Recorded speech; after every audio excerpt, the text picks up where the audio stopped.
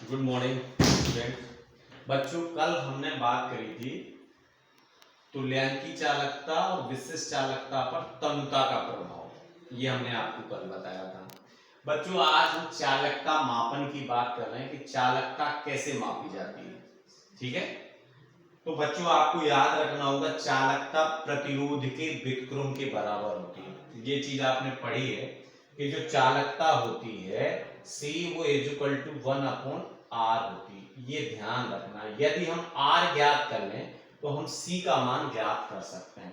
Is that clear?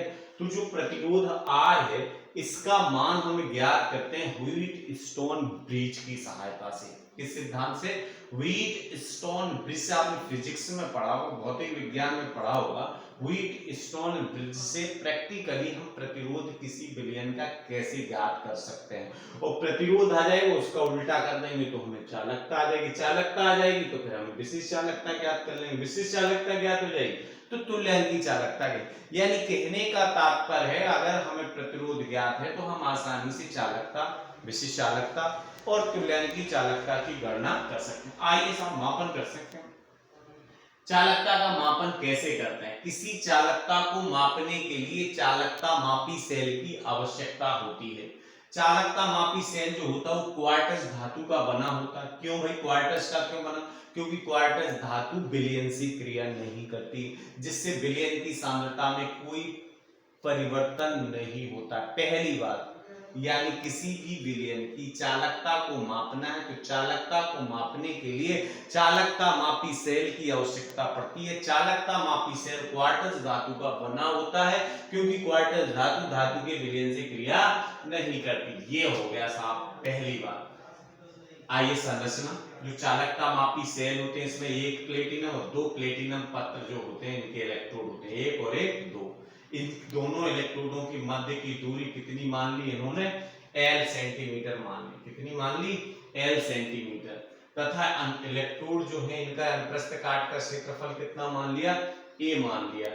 तो जो अनुपात L ये होता है इसको सेल स्थिरांक कहते हैं और इसको x से प्रदर्शित करते हैं। इसकी इकाई आप निकाल दोगे सेंटीमीटर बटे सेंटीमीटर स्क्वायर, ऊपर जाएगा तो सेंटीमीटर 1 - 2 तो सेंटीमीटर इनवर्स हो जाएगा। इतनी बात समझ में आई? ये संरचना है। चालकता मापी सेल में दो प्लेटिनम पत्र के इलेक्ट्रोड होते हैं जिनके मध्य की दूरी L सेंटीमीटर यानी नियत होती है। अनुप्रस्थ काट का क्षेत्रफल भी निश्चित होता। मान लेते नियत दोनों इलेक्ट्रोडों के मध्य की दूरी L, अनुप्रस्थ काट का क्षेत्रफल A है। इन दोनों का अनुपात L/E सेल स्थिरांक कहलाता है। इसकी इकाई सेंटीमीटर इनवर्स होती है। अब एक बार सेल स्थिरांक ज्ञात हो गया, अब इस चालकता मापी सेल में किसी भी विलयन को भरकर उसकी चालकता ज्ञात की जाती है। पहली बात, चालकता मापने के लिए चालकता मापी सेल की आवश्यकता होती है। चालकता मापी सेल क्या होता है? दो प्लेटिनम पत्र के इलेक्ट्रोड होते हैं जिनकी दूरी नियत होती है, अनुप्रस्थ काट का क्षेत्रफल भी निश्चित होता। मान लिया दूरी L सेंटीमीटर, अनुप्रस्थ काट का क्षेत्रफल A है तो दोनों का अनुपात सेल स्थिरांक कहलाता है। x से प्रदर्शित करते हैं और इसकी इकाई सेंटीमीटर इनवर्स होती है। इस दैट पहला स्टेप। दूसरा, आइए ज्ञात कैसे करते हैं। ये तो होगी चालकता मापी सेल, इसकी संरचना होगी, इसके बारे में पता चल गया। अब जिस पदार्थ की चालकता हमें ज्ञात करनी है उस पदार्थ के विलयन को इस चालकता मापी सेल में हमने भर दिया। कैसे पदार्थ को चालकता मापी जल में बनाते हैं? चालकता मापी जल के बारे में लिखा हुआ है, जल जिसकी चालकता कितनी हो? 5.8 × 10⁻⁴ ओम इनवर्स सेंटीमीटर इनवर्स होता है। ऐसे जल को चालकता मापी जल कहते हैं। ऐसा जल जिसकी चालकता कितनी हो? इस कोटि की हो उसे चालकता मापी जल कहते हैं।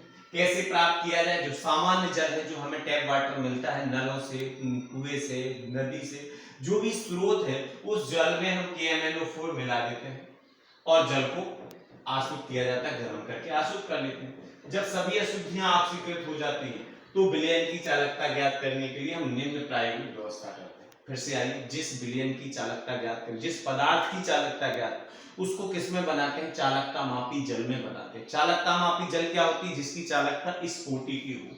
क्या करते हैं? जो सामान्य वाटर है उसमें KMnO4 मिलाकर उसको आशुद्ध करते हैं। जब आशुद्ध करते हैं तो उसकी सारी अशुद्धियां दूर हो जाती हैं। जब अशुद्धियां दूर हो जाती हैं तो फिर हम निम्न प्रायोगिक व्यवस्था, ये देखिए व्हीट स्टोन ब्रिज की भुजाएं हैं A और B, ये गैल्वेनोमीटर लगा, ये यहाँ चालकता मापी सेल रखा हुआ, ये हमें जिस पदार्थ की चालकता ज्ञात करनी है उसको इसमें भर लिया है, इसको इससे जोड़ दिया। ये प्रतिरोध बॉक्स है जिसका प्रतिरोध हमें पता है R। Is that clear?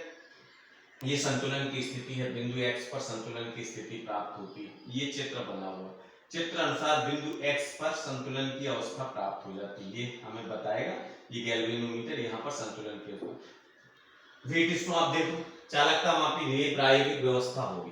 Wheatstone सिद्धांत पर आधारित। सिद्धांत क्या कहता है? जब सेतु संतुलन की अवस्था में होता है तो इसकी भुजाओं के प्रतिरोध का अनुपात, इसकी भुजाओं के प्रतिरोध का अनुपात भी समान होता है। जैसे देखिए सब, ये है प्रतिरोध बॉक्स, एक भुजा ये, एक भुजा ये, प्रतिरोध बॉक्स का प्रतिरोध बटे AX।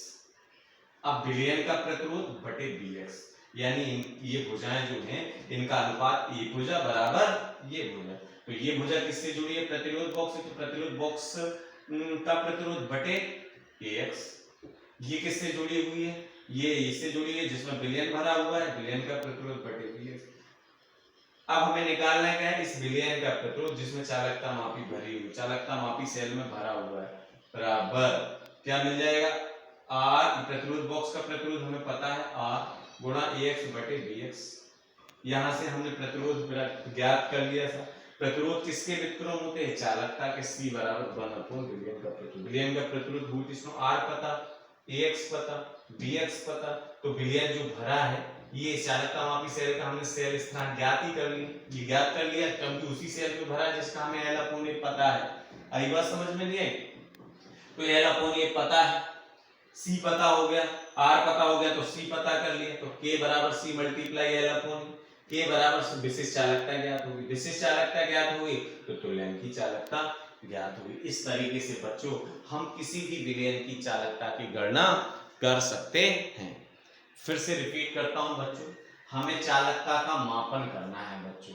किसी भी चालकता को मापने, किसी भी विलयन की चालकता को मापने के लिए सबसे पहले हमें उसका प्रतिरोध पता होना चाहिए, क्योंकि प्रतिरोध चालकता के व्युत्क्रम के बराबर होता है। और प्रतिरोध कैसे ज्ञात करते हैं? प्रायोगिक रूप से व्हीटस्टोन ब्रिज सिद्धांत द्वारा ज्ञात करते हैं। आइए सबसे पहले चालकता मापी ज्ञात करने के लिए किसका उपयोग करते हैं? पहला बिंदु चालकता मापी सेल का उपयोग करते हैं।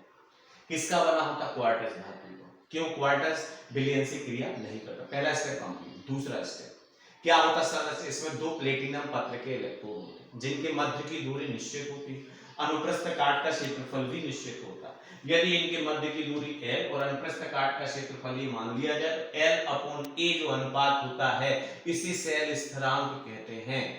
x से प्रदर्शित करते हैं और इसकी इकाई सेंटीमीटर इनवर्स होती है। बच्चों याद रखो, जिस सेल का मैं आपको चालकता ज्ञात करनी है उस सेल का सबसे पहले आपको सेल L अपॉन ही ज्ञात करना है, नहीं तो फिर आप कैसे ज्ञात कर पाओगे कि विशिष्ट चालकता की गणना नहीं कर पाओगे। अब कर लिया अपन ने एक बार। अब जिस विलयन की चालकता ज्ञात करनी है, जिस पदार्थ की चालकता ज्ञात करनी है उसको चालकता मापी जल में घोलते हैं विलयन बनाने। चालकता मापी जल कंडीशन है, किसे कहते हैं? जिसकी चालकता इस कंडीशन की होती है। कैसे बनाते हैं? सामान्य जल लिया, उसमें KMnO4 डाला, अशुद्ध सारी अशुद्धियां ऑक्सीकृत हो जाती, बन गया चालकता विलयन बन गया, उसको चालकता मापी सेल में भर लिया और व्हीटस्टोन ब्रिज में भर लिया। व्हीटस्टोन ब्रिज का सिद्धांत कहता है कि जब सेतु संतुलन की अवस्था में होता है तो इसकी भुजाओं के प्रतिरोधों का जो अनुपात होता है वो बराबर हो। एक भुजा ये है, ये किससे जुड़ी है? प्रतिरोध बॉक्स से। प्रतिरोध बॉक्स का प्रतिरोध बटे AX। ये दूसरी भुजा किससे जुड़ी हुई है? विलयन से। विलयन का प्रतिरोध बटे BX। ये रिजर्व बॉक्स, ये प्रतिरोध बॉक्स का प्रतिरोध R है। यहां से विलयन का प्रतिरोध जो भरा है इस सेल चालकता मापी सेल में जो भरा है, जिसकी सेल स्थिरांक अपन को पता है R गुणा AX बटे BX। ये ज्ञात हुआ, C ज्ञात होगी चालकता। C ज्ञात हुई तो K निकाल सकते हैं, ये पहले ही निकाल लिया अपन ने X सेल स्थिरांक। ये ज्ञात हो गया तो K ज्ञात हो गया, और K ज्ञात हो गया तो बच्चों हम लैम्डा E ज्ञात कर सकते हैं। इस तरीके से हम किसी भी विलयन की चालकता की गणना, इसको बच्चों पढ़ना। Okay then, nice meeting you, see you again.